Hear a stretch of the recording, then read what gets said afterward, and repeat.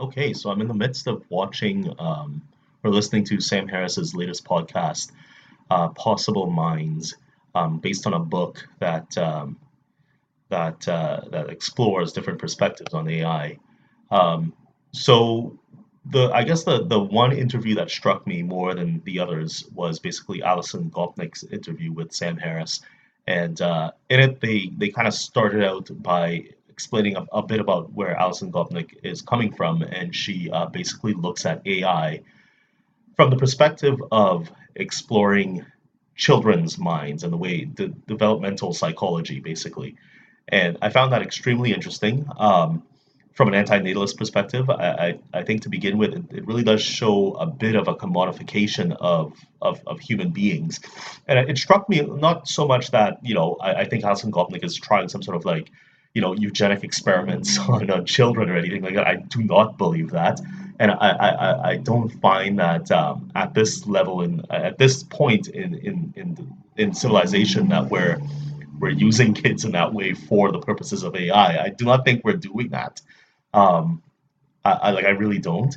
But I'll get back to that in a second. But I guess the one thing that kind of triggered me off was I incidentally I had watched a Douglas Rushkoff little clip about basically the way we look at utility function when it comes to human beings and the way existing technologies, especially media technologies like say social media, and the news cycle and things like that use human beings in a way that is as Douglas Rushkoff says, shaves off the nuance of being a human being and looks directly at utility. Utility function, I think, is the exact term he used. And I don't find that it's far-fetched that you could say that within the development of AI and any sort of thing that's AI related, even up to the point of AI being conscious, you could say that there will be, I think, predictably so, a utility to human beings, not just children, as say Alison Gopnik would say, use them in research, but all humans to a point of maybe thinking a little bit of immorality or a little bit of a dystopian kind of future. So what I'm trying to say is that besides this being somewhat of an alignment problem or addressing the alignment problem or the control problem, I think we already see that technologies, especially these clever little algorithms we have residing on our smartphones, are already kind of like taking away from what humanity is. Um, and Sam Harris also mentioned the idea of additive and subtractive technologies, as David Krakauer basically explained. And I think those are the two terms. But just to kind of regurgitate what Sam had said or what David Krakauer had said, the idea that technologies that take away from the experience of being a human being or the skill set of a human being, as opposed to technologies that add to the productivity of a human being with given characteristics, human characteristics.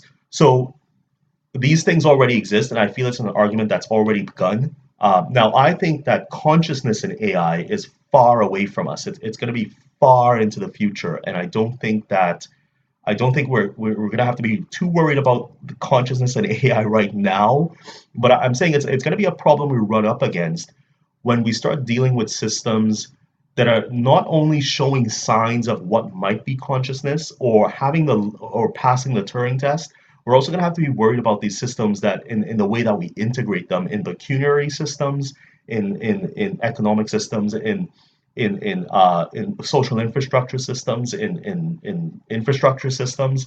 I think at some point, and this is a basic concept. I mean, I don't think it's that complex. I think at some point we're going to be looking at systems that are so well integrated that they almost demand and demand on two different levels. But to begin with, they'll demand almost a human sacrifice just because of their integration within all these systems that support human life.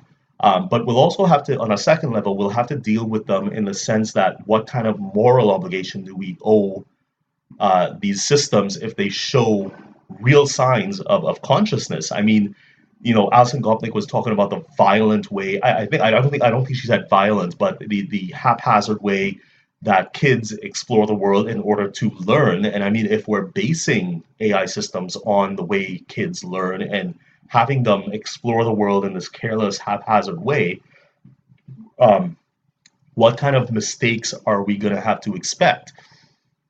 So that those are my thoughts on the last podcast. I still have to listen to Stuart Russell. That's the last part of the podcast, but I still have to listen to it. But before I close, I just want to talk about um, I want to talk about oh gosh, right. So I know I keep posting all these videos about how worried I am about the future of humanity and humanity in its current state, and the violence and morality, these very destructive forces in the world, and but I also have this kind of attachment to antinatalism. And I think for some people, they might be thinking, I don't know. I don't get a lot of comments on these things, so I don't know what people are thinking. But I do get a sense sometimes of what people might be thinking. So I think in some cases, people might be thinking, well, why is he so worried about humanity if he's an antinatalist anyway? So just to clarify, I mean, antinatalism is not an amoral position to have. It's not nihilism, and it's not an immoral uh, worldview to have. It actually, antinatalism is actually predicated on the fact that there is a morality to human life, and that bringing human life into the world is considered amoral.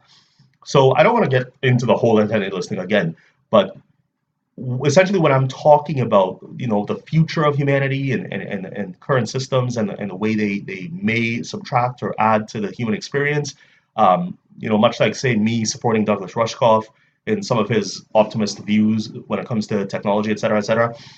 What I'm really saying is that I don't see antinatalism as something that's too practical. And I think for a lot of people, just the fact that antinatalism is not practical. Now, I believe it's practical given that we design systems that address antinatalism, but practical in the sense that nobody's going to adopt the worldview because people are just too invested in the sanctity and the sacredness and the centrality of human life. And I don't think it's a practical philosophy to have banging around in your head.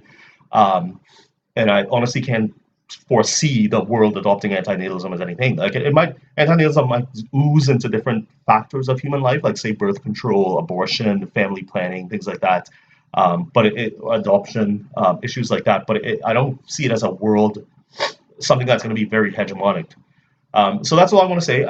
Maybe in later videos I explain more about how I think about those things, but it's not that complex. I think maybe just some of my videos make it look like I'm kind of shifty on the subject, but I'm not. I'm not. I'm just I'm just understanding antinatalism as something that's not very practical. Anyway, that's all for now. Bye.